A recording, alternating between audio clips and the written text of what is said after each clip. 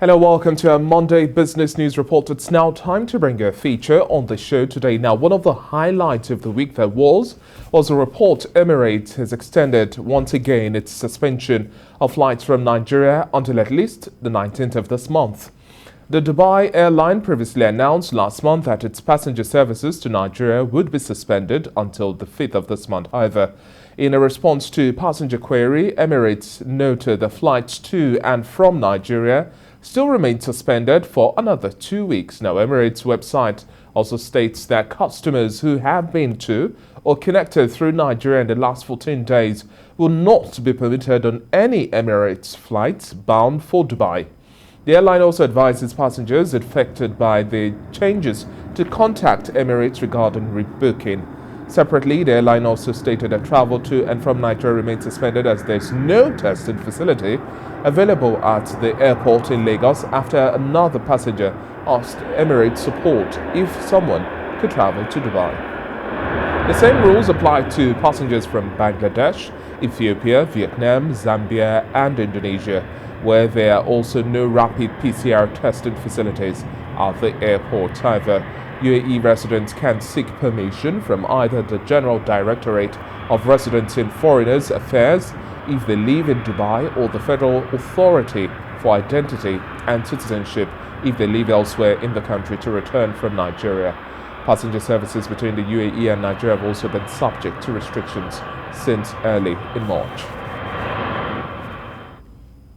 Well, joining me to discuss this and much more, I have aviation expert Tayo Ojure, the managing partner, Aglo Aviation Support Services. Good to have you on the breakfast show this morning. Good morning. We're having a further extension, which is not coming as a surprise to most of us. But at the end of the day, Emirates is saying no testing facility available at the airport in Lagos, looking at Bangladesh and other countries. That's why we're not going to have that. It's taken seriously, safety protocols. But where does this also begin to tilt into the line of aeropolitics as we had in our previous discussion?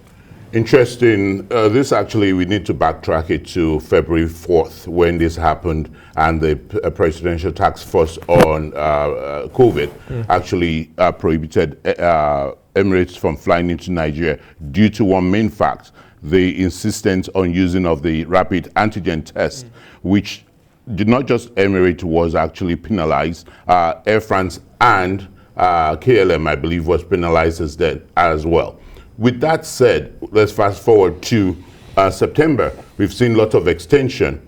You're saying the aeropolitics part of it. And with the aeropolitics part of it, we've seen whereby Air France and KLM have been able to resolve this issue because NCAA, through the Nigerian Presidential Task Force on COVID, insisted that no Nigerian should be mandated to take the antigen test for our test, but the PCR test, which is a global standard, should be the way to go.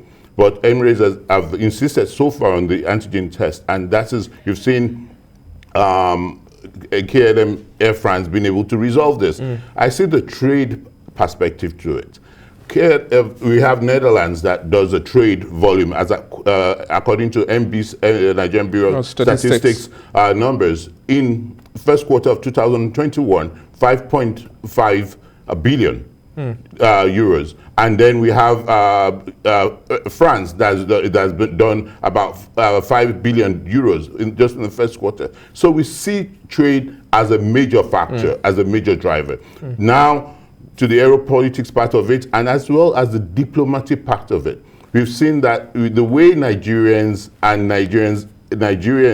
in Dubai have been treated recently has not been the best, to say the least. You've seen lots of videos circulating of them being handcuffed, lots of Nigerians and indeed Africans being deported. So there are lots of moving parts in this story. Now, what is making it difficult to say when will they start? Because I doubt if the date of September 19th is cast in stone, is the fact that both governments are not talking.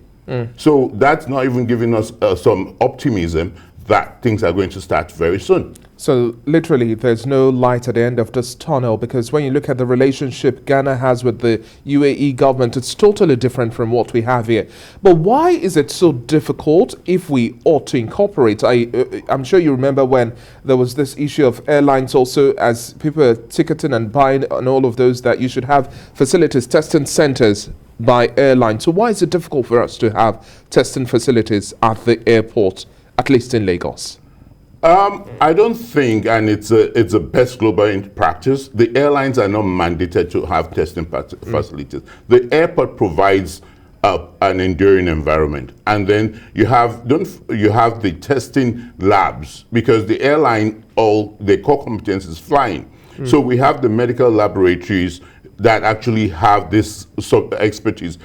They're able to partner with the airlines and set up within the airports, given that space. We don't have that in Nigeria. But what ICAO, due to the lesson learned and the strategic partnership for opening the air travel in Nigeria or globally, is for passengers to do their test at this designated and present this. But what's going to make it seamless is to have portals.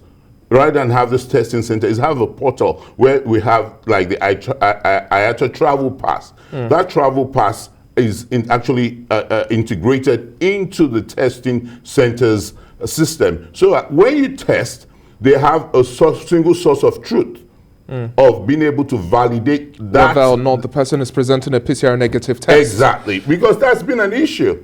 That's been a serious issue with Nigeria, the credibility of that document. So if we have that, and also we have the ICAO SDF, Visibility Digital Seal, that is going to be able to help us. Do you think Emirates is asking for too much? The UAE government is asking for too much? I don't think they're asking for too much, because COVID-19 and the third wave is showing lots of new dimensions. Look at what just happened Monday. Passengers going to the EU from the US are now going to be banned. So it's not just, yes, we see it in this perspective, but every country is being selfish, and I would say that in protecting themselves, rather than have a common user template or platform whereby everybody that's traveling across the world is actually open to the same process. The same thing happens with China.